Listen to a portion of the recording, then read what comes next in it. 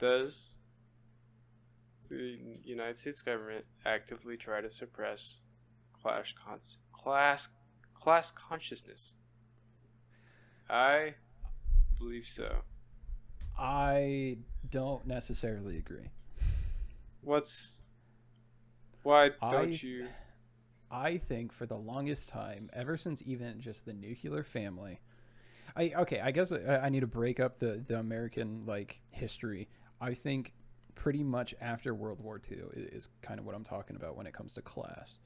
Um, I would say that after World War II, the United States government specifically, and not even just government, but like the media surrounding it, has always reinforced the idea of middle class. It has always Have established monoculture.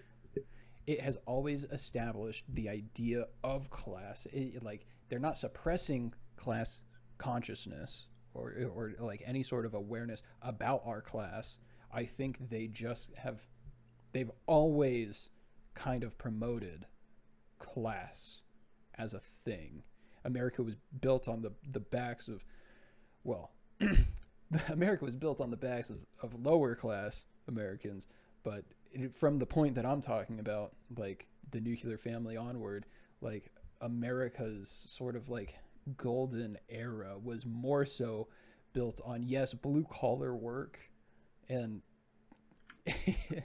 well, this is before civil rights. Um, so pretty cheap labor, but like there was like still conscious like classes, and I think everybody was aware of their class and where they belonged. And I still think that people have a pretty strong awareness of like where they lie on the class spectrum. Yeah, I feel like it's two. I think of it as two different classes. I think the creating a class, a middle class, and like the 2.5 children, the white picket fence thing. Yeah. They're creating a different goal from a universal class, because there's I mean, like with Marxist thought, it's like there's winners and losers. There's the proletariat and the other one that I can't think of right now. The bourgeois. The bourgeoisie. Yeah, and Yeah. I think inherently there is a class struggle, um, just in like throughout history. And Right. America was built on the principle that like no kings, everyone's a free Mm-hmm. man, but that in practice it's different. There's a system, and I mean it's been proven time in and out that the system's like controlled by like a like like largely colonial ideas of like it's created by white people for white people. And Yeah. when you look at other people, I get uh, the argument I'm making isn't that class doesn't exist. Class does yeah, it exist. does I'm just saying, exist, just America isn't necessarily suppressing it. right? But Because when like they talk I about middle think. class, they Mhm. they're I don't know. You I think think they they're do like that. I think they're doing that to distract from the fact that the there's a different kind of class. There's people that are starving versus, because like when they talk about like they create the middle class, like, oh, this is how most Americans are, but that's not true. It's like the average versus the median is like, oh yeah, this is right. the average American. There's no American that has 2.5 children. In reality, there's people that have like no food. Uh, you know, think about like Native Americans like on Eight reservations. kids, no Yes, food, no water. Yeah. yeah, and then there's people at the top, which can make it seem like on average that there's so much food. I think Yeah. it's just about it's America has always heavily relied on a narrative put on by media to show that, hey, this is what America is. Yeah. No, I So like in a contemporary sense, like with culture war and stuff, like we were talking about earlier, is like I feel like that's they want you to think as like, oh, there's two camps. There's left and right. When I mean, this is cliche, but it's like it's up and down. They don't want you to think deeper. They want you to think about. They want you to think about. Oh, there's porn in the school library versus. Oh, there's people that are starving and that have been starving because of the U.S. government ever since it's been established has been pushing them down. Right. Yeah. No, I will agree. It is they. Yeah, they're kind of just they do use red herrings, a lot of red herrings, to kind of like push the idea that oh, it's a red or blue issue. When, like you said, the problem isn't red or blue; it's green. The problem is green and no green, right? Yeah, it's a uniparty like neoconservative thing. It's like the systems in place, which are the left and right parties, are like conserving themselves. They're not conserving. They're conserving the system itself. They're not conserving the people that live under it. Yeah. So like when we talk about like political violence, it's like both sides can come along to it because it's like, oh, this is real. It's like we can't have political violence because it's supposed to be argued in such a way. It's not.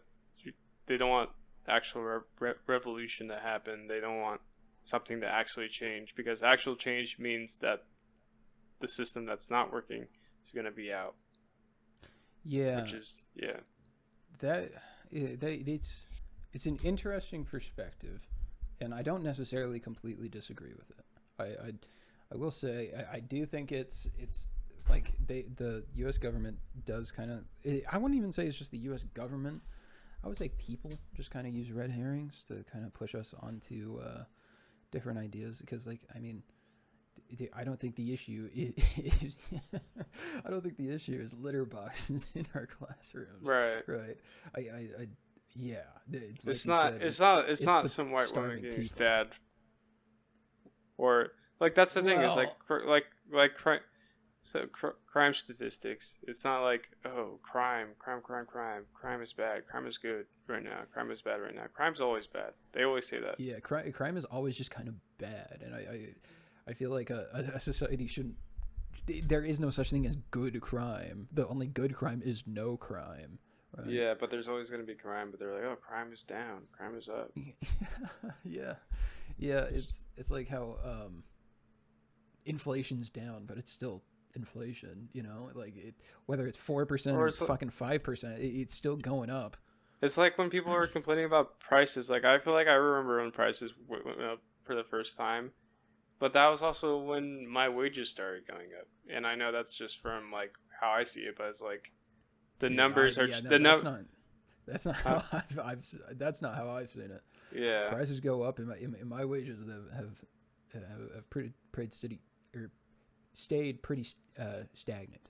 I will say, like I don't have it. I mean, I'm not a skilled laborer. I'm just like your average service worker trying to get my degree. The proletariat. I am the proletariat. Yeah, you are the proletariat too. Don't forget that. Like 99% of people are the proletariat. But I'm not finger painting. You wish you were. That's the thing. I wish I was, but I'm not. But and you will be. No. See, I wouldn't be finger painting because everyone else knows how to finger paint. I think all the finger painting positions are taken up. I think I'm going to have to do something that would have made me money in our old system.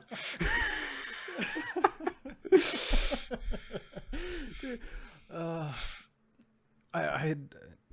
went over. I know I went on this whole spiel with you before, but like I went to a fucking concert, a classical music concert, and man, I'm so like I still think about it constantly.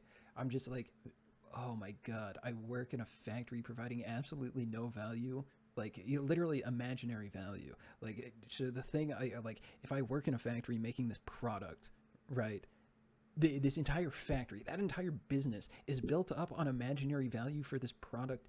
Like the product exists as a means for other people to just get income. And it's like, dude, we can do that same thing if we just give money to the arts and let people like study music and make music or paintings or whatnot. If you can invest more in artistic capital. Yeah, Yeah, but that's the thing, is exact it's same all just thing. made up numbers. It is. It's imaginary value that people are just attributing to certain things. Like me making fucking or like, you know, whoever makes fucking Labubus in a factory, it's imaginary fucking value. Well, man. that's yes, but that's still creative capital. It is in a way. I don't think the laborer is necessarily like, oh you my just think god, this is capitalism. awesome. You think capitalism sucks all life out of everything? No. I But think it yeah. does. No, and yes. Explain no. No, I think capitalism.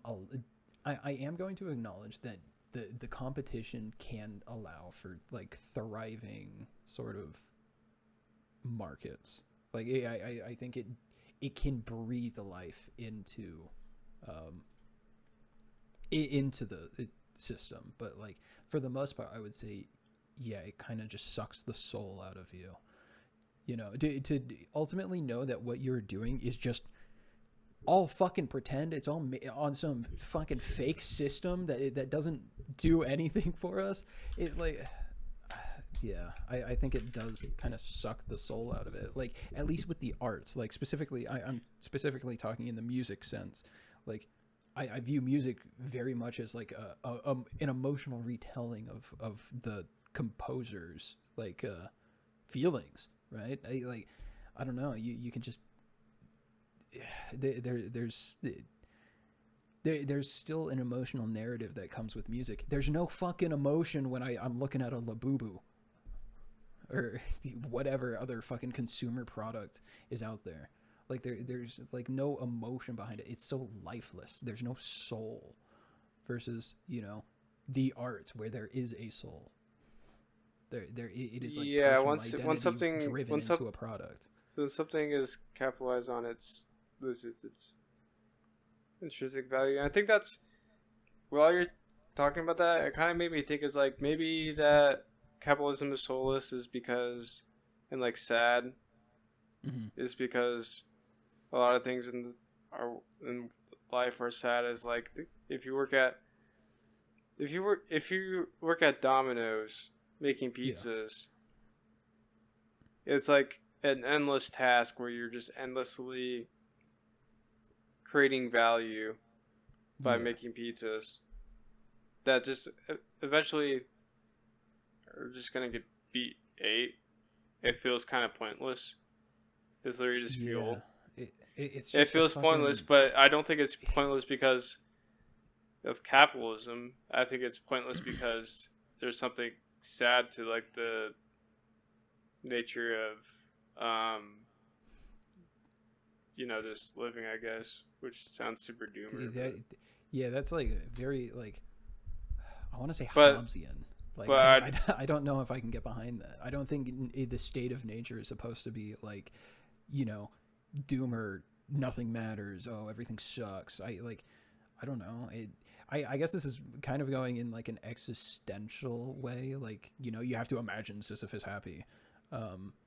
Like, I don't know. Okay, because I do view like capitalism and like not even just capitalism, but like you said, like I don't want to say human nature or just the nature of life, but it sometimes does feel like the myth of Sisyphus. Like I am Sisyphus pushing up this fucking boulder, and I don't want to be happy about it. I don't want to. I just don't want to be pushing up the goddamn boulder at all. yeah, and I I just want to think be Sisyphus. I think the highlight of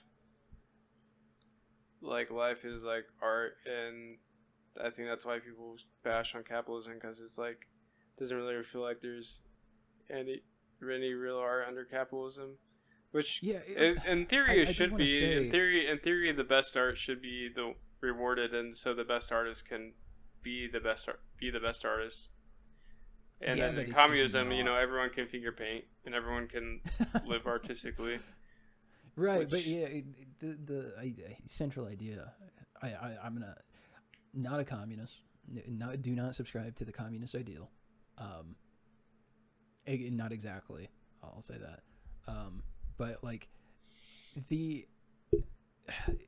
idea isn't that everybody finger paints. It's everybody does what they want to do. Since that's what I mean by finger painting. That's what I mean. Know everyone does what. But like, I think when you say everybody is finger painting, you're painting it in a light that everybody's doing the same thing. I don't think that's the case. I think, you know, everyone's finger painting, podcasting, systems, making. I was gonna say making bread, but that's kind of. Dude, making bread is awesome. Like, have you ever done it? No, dude, but I know if you lived in a communist society, that would actually contribute something. Right. I think there still are going to be contributors. There's going to be people that like to do certain things. I would love to bake bread, man. I mean, I guess they did it throughout history. Like, throughout history, people's lives were like, oh, I'm the baker. That's why my last name is Baker. And it's awesome, dude. I don't know. When I was baking bread, like, pretty consistently, dude, when your house smells like baked bread, freshly baked bread, it is such a I can't even explain it. It's just such a good feeling. Like it's a nice, natural, refreshing smell, and it just I don't know. Life is cool, man, and we suck. But it is. But it's labor. I feel like labor is dehuman. I feel like at this point, no one should have to fucking work because labor is dehumanizing. Because you ever like, why is the question always like, oh, what do you do? And when they're not asking like, oh, what kind of finger paint colors do you like to use, or like, what do you do in your free time? It's like, oh, what's your job? And then they're like, oh, you're that. Is, you know, like, you know how many times people are like referred to me as my job, and I'm like, no, I'm not that. I'm Jack. Yeah, dude. I do. Or like, it's like when you're working at Domino's and you're wearing the name tag. Is like, or like when you're like at Red Robin and the server comes up and they're like have a name tag and it's like their name, and it's like, that's not your name. That's like, I always think about that as like their name on the name tag. I'm like, wow, that's very dehumanizing. It's like, that's supposed to make you more personable, but your identity is being bought right now. Yeah, your identity is literally being a commodity sold. Yeah. Like, it's... I don't... Yeah. Like, why do we have to even use our real fucking names? I don't know. Yeah, I want to be Joe Schmo, the pizza guy. Honestly, no, I think... I just think these things have too many... I mean, it's all marketing and stuff. It's all just capitalism. But it's like... when I go to... fucking Red Robin, I don't want there to be like, oh, this is our style or whatever. It's like, I just want, they should just give us the food. They shouldn't exploit the earth to get the plastic forks or whatever, or to make the branding. Like Japanese the lady that talks to me shouldn't have a fucking name. It shouldn't. Someone shouldn't even talk to me. Honestly. You should just get the food. There should be no presentation. It should be very utilitarian. Like, it really just makes me sad when I see branding for anything. Utilitarian or dystopian? I don't think that's dystopian. I think that's more genuine to the spirit of. Do you know what? I said it and then I thought about it just for half a second. I think I agree. Like, it is taking the human out of labor feels more human, which is insane. Because you're like turning a commodity into an actual commodity that human beings can use. You're not turning humans into commodities that other humans can use.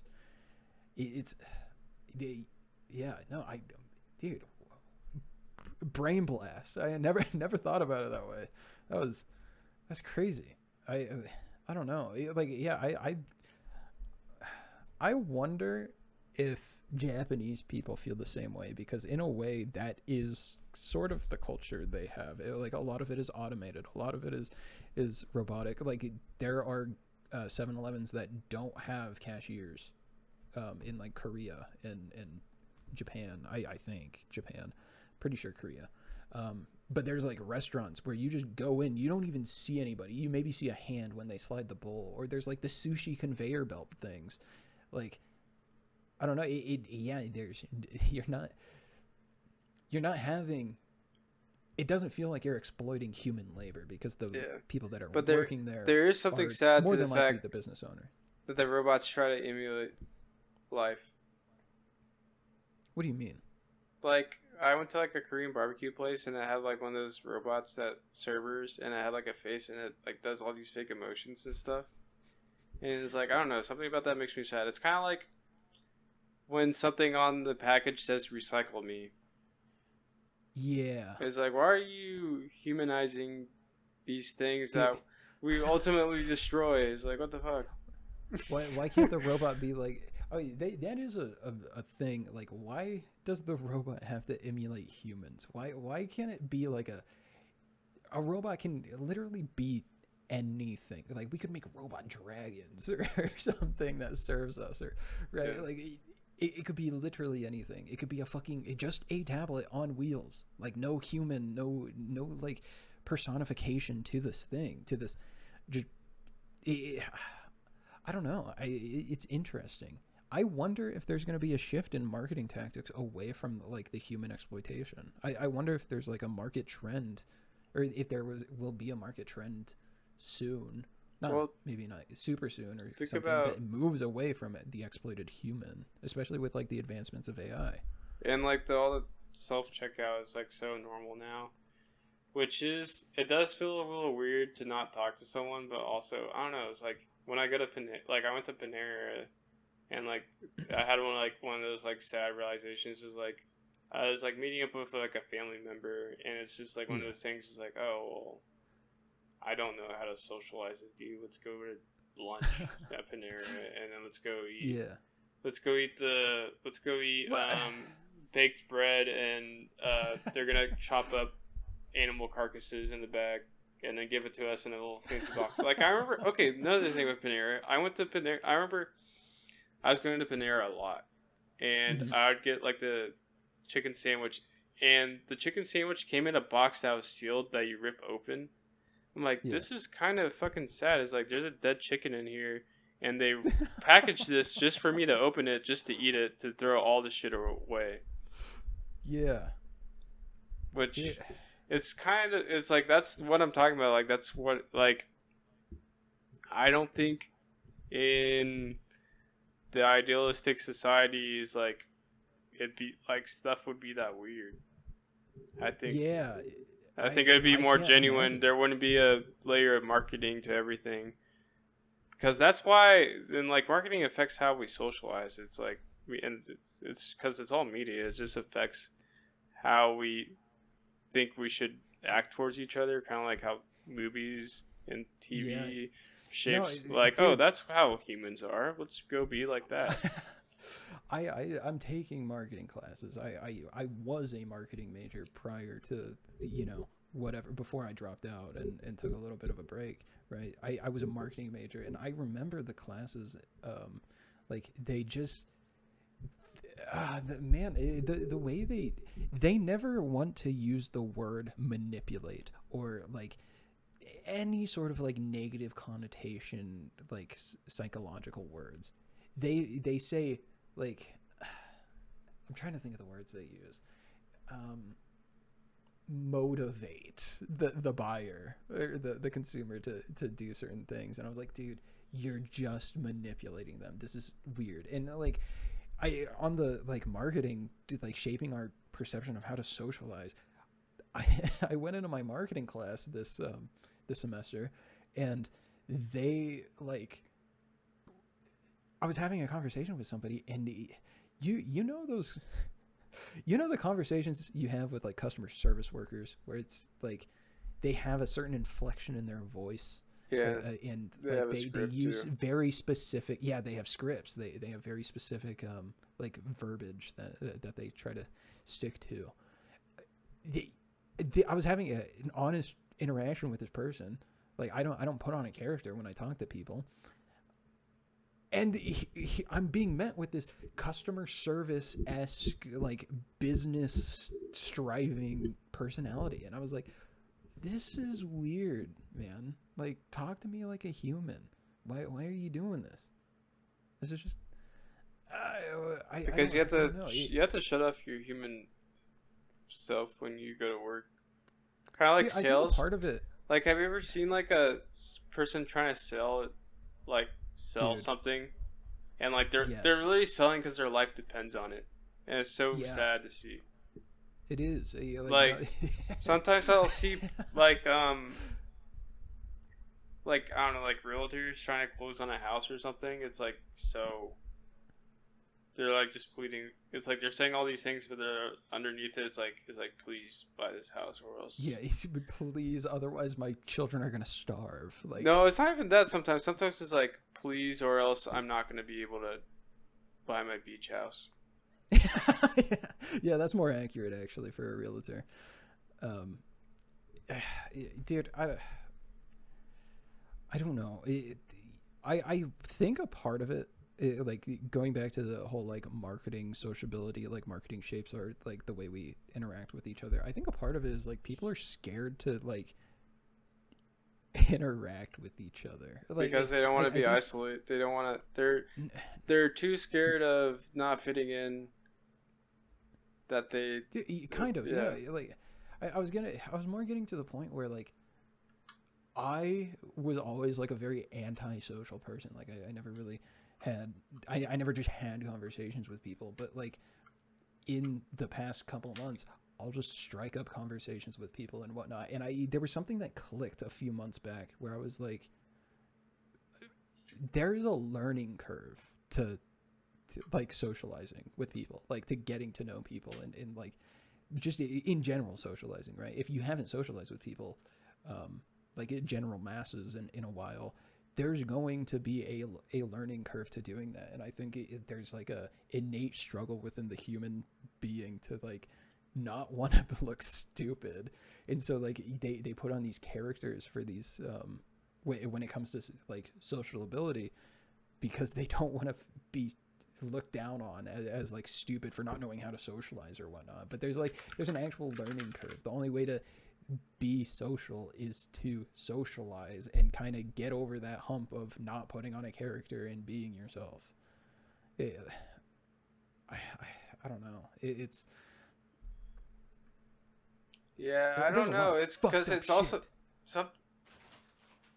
a different perspective I got on it is that like it was from like this. I was watching a video from like a travel YouTuber, and they're like top 10 like 5 things that they don't like about America now that they've like traveled. And it's like in America there's no monoculture, there's no set societal rules, so it's harder to follow them.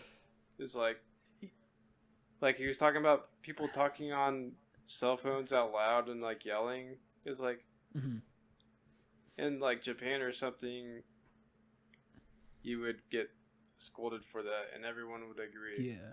But here it's like no one can really agree on anything. No one can like on a lot of stuff. It's like unless you're fucking murdering someone, then I think this is like that kind of like breaks down to like a more of like a meta thing. I think we do have a sort of monoculture, and it's the fact that everybody can do what they want. That's like our culture. But it's not really American. Is be who you are. That's like the idea. That was the central idea behind the Declaration of Independence, and even I would argue the establishment of the Constitution. Like when they were writing the freedom of religion in the Constitution, they were like, specifically contemplating, should we allow Islam in America? They ultimately decided,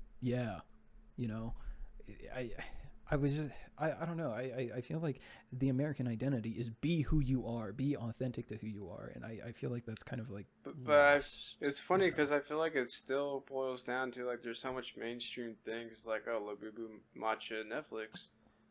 You could say that to 75% of people. I mean, I guess it depends on where you are, but you can say that and you have a good chance of hitting it off. It's like, kind of like I've heard it before. It's no one really likes Netflix because it's Netflix. People have Netflix so they can talk about the latest show at work at the Dude, water that's how cooler. it is with like football and everything. Yeah, just water cooler talk. Like Yeah, you want to, you got to keep up with the Joneses. I just which is I don't know. I guess that's like the effect that comes with like the freedom to be whoever you want, to take identity and the wherever you want. freedom, And so, freedom for multimedia media and conglomerates to have reign on the free market. yeah, And you know what? If yeah. they can do it, I wonder what the U.S. government could do to to to cloud us of Mm. the awareness of the class consciousness.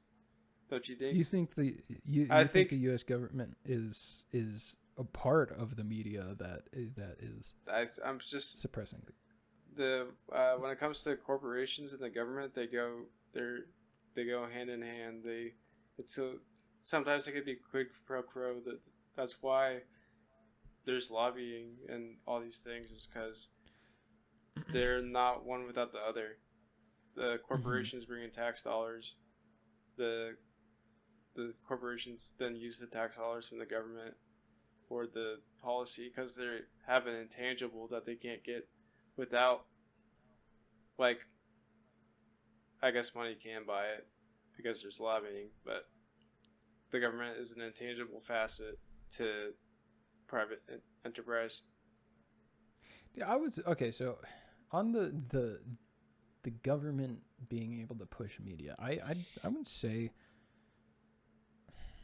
you know what, I'm just gonna contradict myself if I say this, but I'll say it for the sake of kind of progressing the conversation. I don't know if like the government has necessarily like pushed certain medias into the network, which I know recently, yes, they have, right? Like they were specifically saying to Zuckerberg during the pandemic, saying, "Hey, stop allowing these people to fucking just say whatever they want about the pandemic. This is like a serious thing. We need to like take it serious." So like there is misinformation, start cracking down on it and promoting what we have to say, right? Yeah, like they very much shut down on the like the marketplace of ideas in that Yeah, or like and think like about freedom the of speech. But FCC. like, what about the FCC? It's supposed to be like a it's supposed to moderate the content in media, like Yeah. but like how indiscriminate can that really be? Like okay, like look at the Jimmy Kimmel thing. Is like they were pressured by the FCC. So like yeah, so yes, that was another point I was gonna make. Like there are modern day applications of like the government interfering directly. Like the whole Jimmy Kimmel thing was like there. I think it's a bit of a conspiracy theory, but also very likely that the FCC was talking about giving either billions. Yeah, I think it was like billions of dollars to ABC, and so ABC had to pull in, but like the FCC wasn't going to do it if they didn't pull Jimmy Kimmel, and then they reinstated Jimmy Kimmel after it could be that everything got out, everybody foiled their plans, they pulled off the Scooby Doo mask, right, or something. I don't know, but yes, I would say that, like that is true, but like the FCC wasn't created to suppress media. It was there to encourage competition. Like that was kind of like the idea behind most of the federal like commissions that have to deal with trade. So Like like the FC, yeah, just around the business FTC. and yeah, the FTC, FCC, like they're all centralized around this idea of promoting competition and capitalism in its nature, and like trying to get rid of monopolies and whatnot. But as we've seen very recently, and maybe it's because of independent journalism Right. or whatnot, people have been able to see that there's some collusion behind the scenes, and so maybe there has been collusion for most of history. Who's to say? I'm definitely not, but I would like to have good faith in the people coming before, but the people coming before also did like Watergate and Yeah, you know, and the that's NSA spying on or Americans the and, Church Commission where they looked at all the shit like MK Ultra and stuff. But yeah. I used to be more conspiracy brain, and I Mhm. remember some like Nana just like can go on and on about history and like where she was when stuff happened, and she was talking Yeah. about the Berlin Wall, and I basically like said as like, have you ever considered that, because like all these things she saw through TV, and even Mhm. now she's like knows what's happening because of she watches specifically one news network. but but but so like she's, and everyone else is like, you know how like in history class they talk about like, oh, like the first we got color TV so we can watch the moon landing in color. It's like, and I was Yeah. like, so anyway, I was telling her, I was like, have you ever considered that maybe a lot of these things that they show us are not necessarily the case? And she's like, what do you mean? I'm like, have you ever considered that like they've made up some of these pivotal moments in history to change history? And she like couldn't even fathom it. Dude, you know, that was yeah. On that note, like I watched a video by Neil deGrasse Tyson talking about the space race and how like we never entered the space race and like it never really started, but it also has not ended or like anything. And like they were talking about how like geopolitics drove the space race. The Russians were the first people to send a satellite into space, send an animal into space, send a human into space. I believe do like an actual orbit of the Earth. Like they were the first in everything, and then America was just like, actually, guys, the goal has always been the moon. And then so Figured we out of beat nowhere. Russia to the moon, but that wasn't the race. That wasn't the race for the Russians. The race was getting satellites, getting people in orbit. Or You know, think it's about like, you know how there's like the documents about how they tried astral projecting, and like how they some people claim they like talked to aliens and they were racist or whatever. They're like, yeah, we only like white people. It's like, don't you think they yeah, probably did that because they wanted the Russians to think that they had like a leg up on them, what or like like they threw in some little decoys so the Russian spies would get in on like some false information. yeah, or think Like, that holy they're like shit, way they further know than they aliens are are. real. Yeah, Yeah. which Um. the which you know, I don't know. I guess it depends on how many German scientists each side stole after World War II. America got most of them. I can confidently say Yeah, America got most of them. Yeah, I just I feel like we have to establish good faith with the government. Like that is what has to happen in order for the society to like succeed. But like, just trust, bro. yeah, kind of, which is shitty. I kind of, 'Cause, that's like, kind of how I feel. It's like, I guess I can't be a conspiracy theorist for all my life. And that's what I yeah, mean. They don't want you to be like. That's why they create terms like that, so that you can drive yourself crazy about it. yeah, It's like, the president is a pedophile. The president is a pedophile. It's like, well, I don't think that's a red herring. Hang on, I don't think that's a. Uh, anyways, release the files. That's all I can don't say you about think that. that maybe he's a good leader and he knows that what could happen to the sake of the country if those things Yeah, were. right. It does take a If, good leader if to look at something and determine what to do with it. Yeah, it also takes a tyrant to do the same thing. I mean, both leaders. Doesn't necessarily one's mean a good you're a one, one's a tyrant. bad one. Yeah, but a bad leader can also get information and then Do you think make a Obama? decision Do you on think what to do Obama with was a that good leader? information. I think he was a good persona. He was a good persona, but he wasn't necessarily a good person because you know what he had to do. He had to drop some bombs to keep America in America. You know. Yeah, you know, the Kunduz Hospital. I think that's how you pronounce it. Have you heard about that? It's a children's hospital that was bombed under Obama's presidency. Yeah, you know, I think he was a good persona for the American people. Like JFK. Besides the racists. Yeah. Well, I think JFK was actually just a cool guy and like a good guy. Even though he cheated on his wife profusely. Well, that's fine. That's honestly probably one dude, of the guys will be least guys, worst, dude. the least worst things politicians do in the course of the day. Yeah, I mean, look, it's not good. I'm not going to condone it, but it's like I'd rather them do that than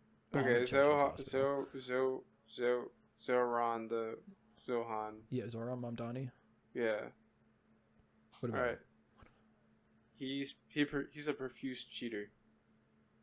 Would you still vote for him? Yeah. But you know, if he doesn't cheat, but he's pro-Israel. Would you vote for him? If he's like, I was gonna say Andrew Cuomo, but I'm pretty sure Andrew Cuomo definitely cheats on his wife. Andrew Cuomo was trying to, I think he got a little bit of swag, and then he started hitting on. He started hitting on his coworkers. Yeah, on his subordinates. Yeah. He got a little swag.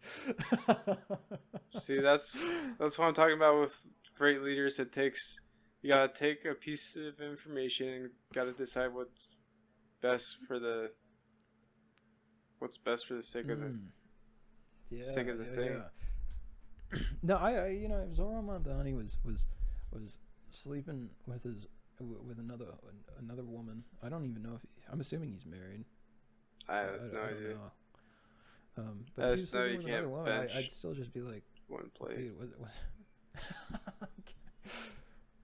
Zohan Monskrani, man. Zohan Monskrani. No, he's a cool guy, man. He wants good for the people. Like I don't know, when every single other mayor candidate says, "Oh yeah, I'm gonna go to Israel. I want to go to Israel," and then he says, "I plan on staying in New York. I gotta take care of the people here, including the Jewish people here." I was like, dude, yes, that's awesome. Yeah, well, what about the Zionist people there? Does he care about them? Dude, if they're in New York, then it's good. It's chilling. He cares about them. But I don't know. It's not the mayor's duty to care about a foreign nation. Right? Kind of like how that you're in charge of a city. Kind of like how the governor of Virginia was at that one conference with Bill Gates and Jeff Bezos and stuff. It's like, I wonder what he's doing there. Yeah, or like how senators just kind of go wherever. Like I think it was a senator for Idaho just was in Paris in New York. And, yeah, you were glazing. So go on. Yeah, I was glazing. Okay. Yeah, I was glazing Zoran Mamdani. Dude, Zoran Mamdani is a cool guy. He cares about the people he wants to represent. He cares about everything. What is wrong about a politician saying, "Oh yeah, I care about the people and not some foreign nation when I'm only a mayor"? That's cool. He only cares about you if you're liberal. If your ideas are liberal. No, dude. He cares about everybody. I guarantee he cares about the Zionists in New York. 100%. Does he care about the Guido dude? That's yeah, I don't think we should have black kids at our school. I You'd don't have know about that. objectively, you'd have to listen to his people. I mean, I mean, that's yeah, not he's gonna gonna that's not listen gonna to be a him. He doesn't mean prevailing he's gonna thought, do anything about but it. he's not gonna be able to ignore his constituents. See, I was thinking about Yeah, I that don't think the he's. other day I in the don't think he's shower. Is going like, to ignore him. what if there was a politician that literally looked into every single thing that their constituents brought up? Mm-hmm. That would objectively be the best politician. But also, like, Dude, think about how I think ridiculous that that is would be. Mamdani. No, he's not, dude. I He think only that is cares if Mamdani. you're Yes. fucking. He only cares if you're fucking lib. No, dude. I think he cares about all of the Jews in the Jewish tunnels under New York. I think he thinks those are awesome and, and really Yeah. cool. I mean, and cares about their opinion. Maybe he'll establish a little like underground tunnel network for him or something. I don't know. well, he married. No, he I married think- his brother to get here, so it doesn't matter. That wasn't him. It's Ilhan Omar. That's what is she? I think she's a Minnesota representative. Yeah, which is crazy to Yeah. think because she like talks about how she hates white people. I think. I think she talks about how she hates or like the oppression that comes from white supremacy. I don't know if she specifically says I hate white people, but anyways, Yeah. All right. Let's not get too I serious. think we will see if I don't know. I'm actually really hopeful for class consciousness as a whole, especially with Zoran I think it's Mamdani. bad. I think that's when the. I don't think so. I think Mamdani is going to be this tidal wave of consciousness, at least in New York. And I think if it works in New York, I was having a conversation with somebody else that if like Mamdani passes these social structures in New York and they work, dude, that can be replicated in so many other places. In pretty much every single capital in the U.S. can replicate these sort of things. And like if you create these like social havens for these people, you're gonna have people moving to these cities. You're gonna have workers coming to the city. You're gonna have like an economy boom, right? Like I don't know. I'm very hopeful for class consciousness, and like on the context of like the government, suppressing it. We'll see what happens with the Like people New York City realizing that mayoral, everyone can have a election. good life. Yeah. Maybe soon because of Mamdani. I If the could see Mamdani that. socialism I could see that. works out. I could see that economically, but socially, I could not see that. I don't think there's What gonna. do you mean? I think there's always gonna be people that don't recognize. How deeply rooted some Dude, problems I are. think, yeah, I'm gonna agree, but I think like once they get a taste of the good of life, they're gonna like question. They're gonna start to question and be like, what is actually, what is this shit, right? Like what is going on here? Both. I think it. Yeah, I don't know. I can't say for sure if America is suppressing or like creating a class consciousness war or suppressing it. I can say that we need to have faith in them, otherwise there is no point. And it's just kind of like we'll see. Time will actually tell, because it seems like there is a lot of progress. We are at the tipping point of this iceberg is about to flip. We're going to see how this goes. I'm hopeful. I'd like to be hopeful. I typically side with the masses and democracy and whatnot. So we'll see. We will see. We'll see if the people win or if the people lose. Yeah, Which the people have, I'm hopeful. I think the people have been losing throughout history. Overall. don't you think? Nah. Maybe, Kind of, yeah. Probably. maybe at some point in prehistory when we were cavemen and we developed weapons to kill animals, then we were the people were winning over nature. But yeah. ever since then, we've just been kind of. eating You the know, the boot. people definitely have a way of getting under the heel of the boot. I will say that. But I'm hopeful in the case of the people surpassing it and whatnot. I don't know. I think this can be a discussion for another time. I think we're because I definitely see a pathway to have a lengthy conversation here. Yeah. Wait, but alright, one thing. I looked it up. All right. Ilhan Omar. Mm-hmm. So what I was thinking of is Ilhan Omar suggests people should be more fearful of white men than jihadists. It's just I I'd agree. don't know about that. Jihadists are like, well, I guess They a do jihad is actually just a jihad. jihad in Islam. I'm pretty sure is just somebody that memorizes the Quran. Well, let's say But Islamic extremists. I think white men probably in a day create just as much pain and suffering. it's That's a a different pain and suffering. but it's still I don't pain. know. So- I think the Islamic extremists are direct like threats to humanity. Kind of like I don't know. Like one of them beheads a woman, the other makes sure women get paid less in the workplace. Yeah, it doesn't go that far, but we'll always believe that, and we'll always have it that way. Yeah, it's like they're the. I don't know. I don't think. I definitely think Islamic extremists are more dangerous than what was it, white males just Yeah. in general, or I think they're yeah, talking about in no, America it's- specifically. Well, yeah, I figured, Yeah. but like no, Well, she I doesn't would say Islamic extremists are pretty extreme, like the extremists of all cases. Like we're taking the white male extremists and the Islamic extremists. Like I don't know. I mean, yeah, the white male. What were the exact words she used on the white male thing? So I'm not like getting it confused.